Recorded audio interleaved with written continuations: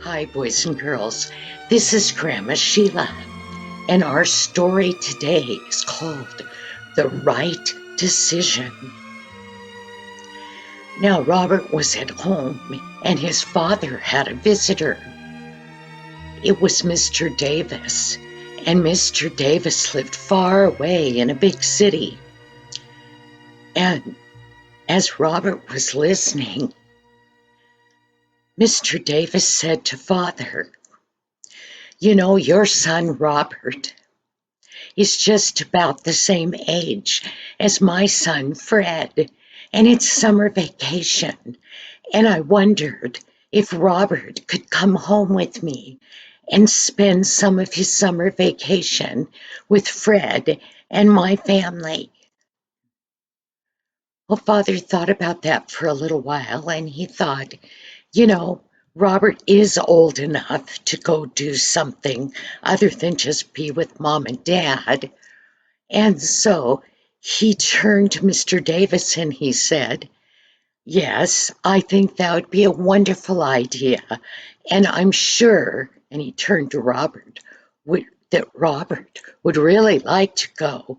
And Robert said, "Oh, of course I'd like to go. Thank you, Mr. Davis, for inviting me." Well, Mr. Davis said he needed to leave the next morning, so Robert would need to get ready that day. So Robert went up to pack. Well, that day passed in a blur of excitement. Finally, the next day, when he and Mr. Davis were at the train station, Robert's mother came up to him and she handed him his money for the trip. And if he happened to need anything while he was there. And then she very quietly said to Robert, "Robert, I trust that you'll remember that you're a Christian boy." You know, boys and girls, being a Christian isn't just a name that you take. When you become a Christian, you learn to act like Jesus. Well, Robert thought, I can do that. So he bid his mother goodbye, and soon they were on the train. And Robert had never traveled on a train, so this was great fun for him. And after some time, they came to the train station, and Robert and Mr. Davis got off. Then they made their way to Mr. Davis's home. When Robert got there, he noticed it was a big, beautiful place. And when he went up the stairs to go in, Mrs. Davis came and shook his hand and was excited to see him. And then Fred, who was going to be his new friend, came up and grabbed him by the hand and he said, "Come on, I'm glad you're here." Well, that evening, Robert and Fred sat with the rest of the Davis family at the dining room table, and they played games, and Dad told jokes, and they laughed, and they had a wonderful, wonderful time. And Robert kept thinking, this is going to be a wonderful summer. But this was only the beginning of that summer. Well, pretty soon, Mrs. Davis, she said, "Boys," and she looked at Robert and she looked at Fred. She said, "It's time for you guys to go upstairs and get ready for bed." Well, then, Robert, he thought to himself, before I go, we always have family worship and we always have prayers. Maybe they'll have it in a little bit. But there was no talk about worship or prayers. And pretty soon Robert and Fred had to go upstairs.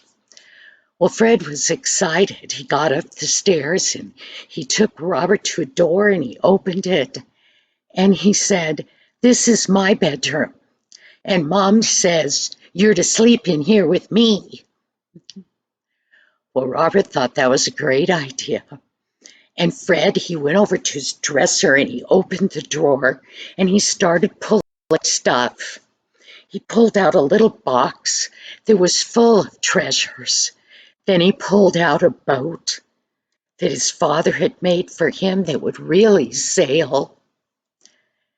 And then he pulled out several pocket knives and even a horn that at one time had held gunpowder for a gun. And he said, "These are some of my treasures. I thought you'd like to see them." Well, Robert was excited about all of them. But then Fred said, "We need to get to bed now." So Fred went over and pulled out his pajamas out of his drawer, and he immediately dressed for bed, and he went and jumped in. Well, Fred, he was just laying there, and Robert, he thought, "I need to get my pajamas on." But in the back of his mind was thinking, "I've never gone to bed, even once, without saying my prayers and talking to Jesus first." But then he looked over at Fred and he thought, "I wonder if he'll laugh at me." And he thought, "Should I pray or not pray?" Well, remember what he had been taught. Boys and girls, your mom and dad teach you all the good things you need to know about how to belong to Jesus. And prayer is one of them. Jesus is your best friend. Well, Robert, he finally thought, "I better get my pajamas on quick, and then I can pray." So he pulled on his pajamas, and Fred looked over at him and said, Hurry up, Robert. It's time to go to bed." Well, he was getting a little impatient with Robert, and Robert didn't blame him. And finally, he was sitting on the edge of the bed, getting enough courage to kneel down and pray to Jesus, his very best friend, when Fred turned over again and he said, "What are you sitting on the bed for? Get in bed." Then Robert made his big decision. He said, "Fred, I need to pray before I go to bed. It's my habit to pray every night to Jesus." And Fred looked at him for just a second and he said, "Pray?" And Robert said, "Yes." And Fred, he didn't laugh. He didn't make any bad comments. He rolled over on his bed and was quiet in respect of Robert saying his prayers. Now, Robert, he immediately knelt down and he thought he could just pray to himself. And he thought, that Mom has always taught me to be a good example, and that wouldn't be a good example. So Robert knelt right down by that bed and he talked to Jesus just like he would have any other night. And he thought, "Phew, I'm so glad I prayed. Now I can go to bed." He thought, I've never gone to bed in a prayerless bed before. So he crawled into bed and he and Fred went to sleep.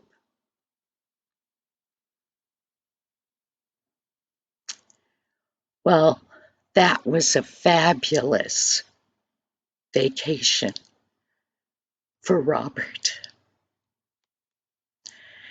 And he and Fred did all sorts of wonderful things. But after that first decision for Jesus, it wasn't hard for him to talk to Fred about Jesus. It wasn't hard for him to offer to pray at the dinner table. And the people there, the Davises, seemed to respect what he believed. Well, by the time it was time for Robert to go home, Robert had made a decision that all the rest of his life he would live for Jesus. So people knew that he really was a Christian, not just a word, that he did what Jesus would want him to do. Boys and girls, the right decisions that you make now when you're small and even when you're getting big will make all the difference in what you are when you're a grown man or a grown woman. If you are not brave enough to live for Jesus now, when you're older, you won't have that courage then. And when temptations come, and when you're tempted to do things like lie and cheat and steal, you won't have the courage to be a Christian man. But once you've made the right decisions, now it will be easy for you when you're old. Thank you, boys and girls, and I'll see you next week. Bye-bye now.